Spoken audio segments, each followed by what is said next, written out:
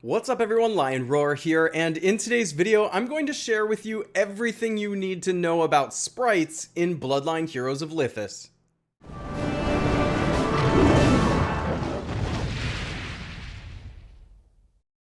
But first, download Gemstone Legends, a mobile RPG puzzle match game. Use the link in the description to start with free stuff, including a bonus hero. Alright, so I think sprites are a fun new addition to Bloodline Heroes of Lithas because it gives us another unique way to power up our teams.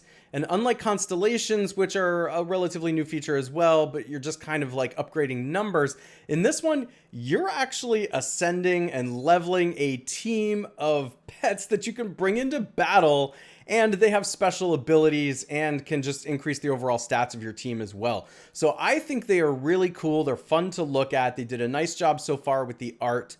So I'm excited today to share with you everything that we know about sprites so far, including like who they're for, how to get them, the abilities of them, how you level them up and prioritize them and all that kind of fun stuff. So we're going to cover a lot today. So first of all, who are they for? Well, I think they were primarily made for late game players, but if you're a free to play or cheap to play or newer player, you shouldn't ignore them. Now, why are they for the late game players? Well, that's because there's a group of players that have been playing basically ever since it was released, and they're reaching max level on everything. So their champions are all at level 700. They have tons of vigor all over their champions. They've probably already also gone about as far with the constellations as they possibly can. So this is just giving another new thing for them to focus on as well. Because it's going to take a lot of resources to level these up. So for you free to play or cheap to play players, I still think these have a role for you. Now, I don't think it's in your best interest to necessarily use all your resources on these early in the game. Like, just kind of save them up and wait on it for a bit. But I do think it's worth it to get 3 of them. Because you can take a max of 3 into battle. So as long as you have 3, you get a whole lot of benefit from the special abilities that they give, which of course you don't have if you don't have them. So I know that for free to play players, we don't really have much free with this yet. You got the horse for free, and that's pretty much what you're running with for now, but I'm sure we're going to see events where you get some free summons and things like that. Cheap to play players, you might just want to get your 3 and then focus on other things. If you're in like the mid game especially, it's way more important to focus on leveling up your champions and their abilities and putting vigor on them and that kind of thing. But if you're already there, if you're like mid game entering to late game, or you feel like you have the ability to get enough resources to start leveling these, there are several ways to level them, which I'm going to get to. But let's take a moment to look at their different abilities. So currently in the game, we have 6 sprites. And it is going to be easier to get the sprites than it is to level them, which is why I suggest free to play and cheap to play players just kind of focus on getting 3 and then run with those 3 and focus on leveling them later. But if you're ready to focus on them, we'll click on one so you can see. There's a few different things that you can do with this, but I think it's worth just kind of talking about what the different abilities are right now. So that you're aware. So the horse, the first one that you get, is actually a really good one. Don't be thrown off by them being rare or epic. Sometimes the rare can actually be better than epic. So just a heads up on that. But the horse that you get for free has a skill called Unstoppable. When attacking, if the enemy target has more than 50% constitution, the caster's damage dealt is increased by 5%. And notice that if you get it up to level 2, that goes up to 10%. Okay, so that's one of the things we're going to focus on increasing a little bit. But heck yeah, I want a sprite that's going to give my team more damage right at the beginning of the battle for the first half of the battle. You get an edge doing that. Okay, and that's the one that we got right at the beginning here. Okay, so then we have this one here, this Kodiarch, Tenacious Roar. When an allied champion's constitution falls below 30% for the first time, the champion's strength resistance is increased by 10% for 6 seconds. Okay, so making your team tougher. Then we have the Fox here. I love this, the Alamax. So Its reanimation do when an enemy champion casts an ultimate skill. All allied champions have a 50% chance to restore 4% of their max constitution. I think that's extremely powerful, especially when you take something like that along in Dungeon Descent, where you need to keep healing the whole way through that. Okay, we have an awakened Sprite Hyprin. So now we're getting into the epic ones. We have 3 rare ones, we have 3 epic ones, and then this one here is called Horn of Ferocity. All allied champions' active skills and ultimate skills deal 10% more damage. And that's really cool because that can last the entire match. Okay, anytime that those active and ultimates are used. That's a really powerful one. Okay, check this out. Now we have an awakened, what did they call it? Awakened Kodiark, yeah. Okay, and this ability is Ward of Protection. Each time allied champions take ultimate skill damage, their strength resistance is increased by 10% for 3 seconds. The cooldown is 10 seconds. So, and thanks for people who left comments in my last video, by the way, letting me know that CD equals cooldown. Because I was wondering when they started like just abbreviating that, I was like, is it critical damage? Like, what are they talking about with that? Okay. So of course we have epic versions of the rare versions we have right now, and the fox here, which is called, the Awakened Alamex. Sprite of Assistance. All allied champions in the front row take 10% less damage, and all allied champions in the back row deal 10% more damage within the battle's first 15 seconds. So do note that this one doesn't impact the battle the whole time. Now, a lot of matches are over in 15 seconds. So if you have a nuke kind of team, that might be really, really good. But if we go back here, this fox, which does the healing, this lasts all match long. So I think there's a chance this rare is actually better than the epic. But that's really for you to determine. Because it's going to depend on your team comp, which ones you should actually use. And maybe in a future video, I'll rank these based on which ones I think are the best ones. And so make sure you're subscribed for that. But let's talk about how you get these. So you go to the summoning circle just like you do to get champions and companion points. And here's the sprite conjuring. So you get these like little egg things, and you can do the same like 1x, 10x kind of thing. And I'm gonna do, let's do maybe like 3 of these so you can see individually what you could potentially get here. So there we got a Kodiark shard. So you're not always going to actually get the sprite. Now, once you get the sprite, you just get shards after that, and that's gonna help you level them up. So I'm still missing 2 of the sprites, so I kind of hope that we get them here.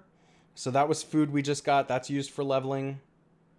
Okay, and then that vial is used for training. So that was a really good example of 3 of the different things that you can get here. Now I'm going to go 10x on these to give you an example of all the different things you can get. Okay, look at that. So there's an awakened Sprite Hyprin, which of course I already had. I showed you I already had it. But that's going to help with the leveling. And then there's the Sprite Alapex. And so they turn into shards. So when you already have them, you can see that they turn into shards. That's really, really going to help us when we're ascending that awakened Sprite Hyprin in just a little bit. Okay, so let's do another 10x. Sprite Hyprin. Okay, more shards. Good. Okay, I'd like to get a new sprite here. I'm still missing 2 of the epics. There's Sprite Hyprin. Okay. Didn't get him this time, but that's okay. I do have 5 more summons, but I want to jump into how to power these up now. So we're going to go back to the Sprite Haven. Again, it's on the left. It's kind of like in your districts here. So go ahead and click on that. So you have 3 ways to power these up, and I'm going to focus on my epic for 2 reasons, actually. I was going to say 1 reason, but there's actually 2 good reasons to focus on my epic currently. First of all, this is a really great epic. It's going to cause your team to deal so much more damage. So not only do I like the ability more, but I want to show you something. When I click on the regular rare horse, and I click on level up, and I feed it a mushroom cap, do you notice that Constitution goes from 1373 to 1968? And all the strength, fortitude, and block goes from, like, for example, block goes from 46 to 66, right? It goes up 20. Notice what happens when we go to the epic. I'm just going to use one mushroom cap again. But look what happens.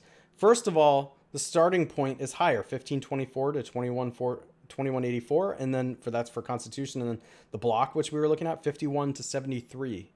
So this is giving your team stats, and you're actually getting more out of the food on the epic than you are on the rare. So if you're having to prioritize and you have an awakened sprite, I would go with that. However, I'm not going to start with the food quite yet, because just like with champions, the star level is going to determine how high you can get the level. So what I want to do is ascend the sprite first. So let's go ahead and do that. I'm going to click on Ascension, and you can see that I just got some shards. So I can bring this guy up to level 2. So I'm going to go ahead and do that. And you can see when we do that, we're going to get a random blessing. And that's going to lead to our second way to upgrade. So we got defensive stance, increases all deployed champions block by 496. That's actually pretty good. For being a common one, that's pretty good. So I'm going to go ahead and click back now. And now you can see we've got even more that we can unlock there eventually down the road. But you can train these. So when I go to train this, you see it takes gold and it takes those vials we were talking about. So I'm going to go ahead and train it. It doesn't mean I'm necessarily replacing it yet. I would only do that if I like it better. So this says increases all deployed champions fortitude by 4152. If I want to replace the one I just got, I would click replace. But I don't want to do that. So I'm going to click train again. Increases all deployed champions fortitude. Let's keep going.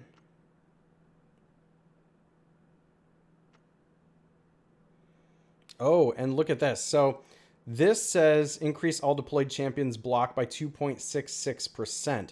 So that really depends on how high you have the block. And I'll tell you what, it's really hard for me to know what 2.66 is going to equal, because man, all my champions block is like really, really different.